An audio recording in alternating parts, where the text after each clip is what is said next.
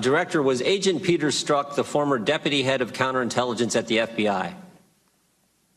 I don't remember his exact title, but I believe that's correct. And he's the same Peter Strzok who was a key player in the Clinton investigation, the same Peter Strzok who interviewed Cheryl Mills, whom Abedin participated in the Clinton, Secretary Clinton's interview. And he's also the same Peter Strzok who now we know changed Director Comey's exoneration letter, changed the term gross negligence, which is a crime, to extreme carelessness. Is that the same guy? Well, Congressman, I don't know every step that the individual you mentioned was involved in, but certainly I know that he was heavily involved in the Clinton email investigation. Thank you. And is this the same Peter Strzok who helped, was a key player in the Russian investigation, and the same Peter Strzok who was put on Mueller's team, Special Counsel Bob Mueller's team?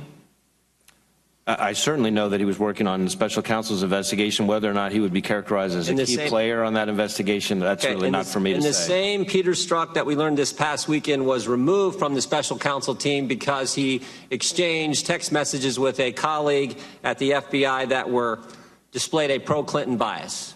Is that accurate? Yes. Talk about the same guy. Okay. Yes. Well, here's what I'm not getting. Peter Strzok is selected to be on Mueller's team after all this history, put on Mueller's team, and then he's removed for some pro-Clinton text messages. I mean, there are all kinds of people on Mueller's team who are pro-Clinton. There's been all kinds of stories. PolitiFact reported 96% of the top lawyers' contributions went to Clinton or Obama. But Peter Strzok, the guy who ran the Clinton investigation, interviewed Mills, Abedin, interviewed Secretary Clinton, changed gross negligence, a crime, to the term extreme carelessness, who ran the Russian investigation, who interviewed Mike Flynn, gets put on Mueller's team, and then he gets kicked off for a text message that's anti-Trump. If you kicked everybody off Mueller's team who was anti-Trump, I don't think there'd be anybody left. So there's got to be something more here. It can't just be some text messages that show a pro-Clinton, anti-Trump bias. There's got to be something more. And I'm trying to figure out what it is. But my hunch is it has something to do with the dossier. Director, did Peter Strzok help produce and present the application to the FISA court to secure a warrant to spy on Americans associated with the Trump campaign? Congressman, I'm not prepared to discuss anything about a FISA process in this setting. We're not talking about what happened in the court. We're talking about what the FBI took to the court, the application. Did Peter Strzok, was he involved in taking that to the court?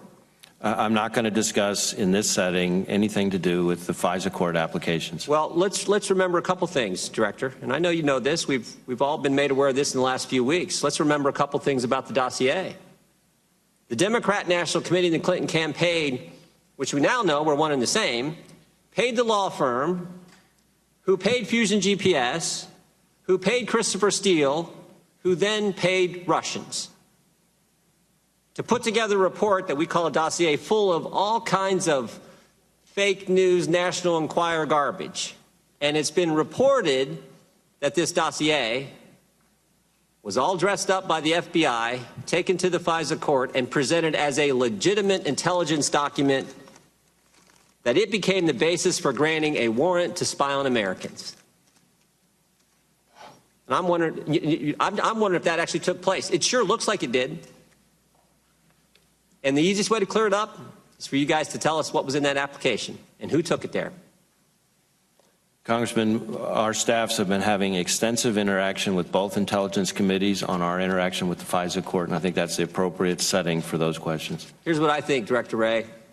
I think Peter Strzok, head of counterintelligence at the FBI, Peter Strzok, the guy who ran the Clinton investigation, did all the interviews, Peter Strzok, the guy who was running the Russian investigation at the FBI, Peter Strzok, Mr. Super Agent at the FBI, I think he's the guy who took the application to the FISA court.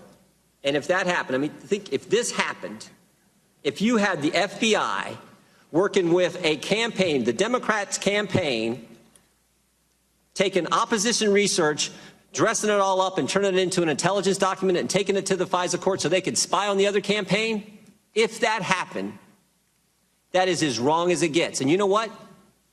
Maybe I'm wrong. You could clear it all up. You could clear it all up for all of us here, all the Congress who wants to know, and frankly, all of America who wants to know. You could clear it all up by release. We sent you a letter 2 days ago. Just release the application. Tell us what was in it. Tell us if I'm wrong. But I don't think I am. I think that's exactly what happened. And if it did, it is as wrong as it can be. And people who did that need to be held accountable. Congressman, we will not hesitate to hold people accountable after there has been an appropriate investigation, independent and objective, by the Inspector General into the handling of the prior matter. And based on that, I will look at all available remedies, depending on what the facts are when they are found. As to the access to the dossier, that's something that is a subject of ongoing discussion between my staff and the various intelligence committees. There's nothing prohibiting you, Director. Is there anything prohibiting you from showing this committee what was presented to the FISA court, the application you all put together at the FBI that was presented to the FISA court? Is there anything preventing you from showing us that? The time of the gentleman has expired. The Director can respond. I do not believe that I can legally and appropriately share a FISA court submission with this committee. I'm talking about what the FBI put together, not what the court had, what you took there, what was the process put together, what you presented, what you took to the court. When I sign FISA applications, which I have to do almost every day of the week, they are all covered with a classified information cover. So that's part of why we would not be discussing it here. Is it likely that Peter Strzok played a part in the application presented to the FISA court? The gentleman's time has expired. However, I do want to follow up on your last response to the gentleman. This committee, the House Judiciary Committee, has primary jurisdiction over the Foreign Intelligence Surveillance Court. Yeah. So any request for documents coming to any part of the Congress should include the House Judiciary Committee, and if it is classified in any way, shape, or form, it can be provided to us in a classified setting. But that is information that we are very much interested in, Mr. Chairman, very much want to receive. Just a question to the Chairman. Yeah, I don't think there's anything prohibiting the FBI from giving us what they used to put together what was taken to the FISA court. That's what we're asking for, and there is nothing prohibiting him from doing that. I don't think there is either. The time of the gentleman has expired, however. You care to respond to that, Director Wray? No, I think I've covered it.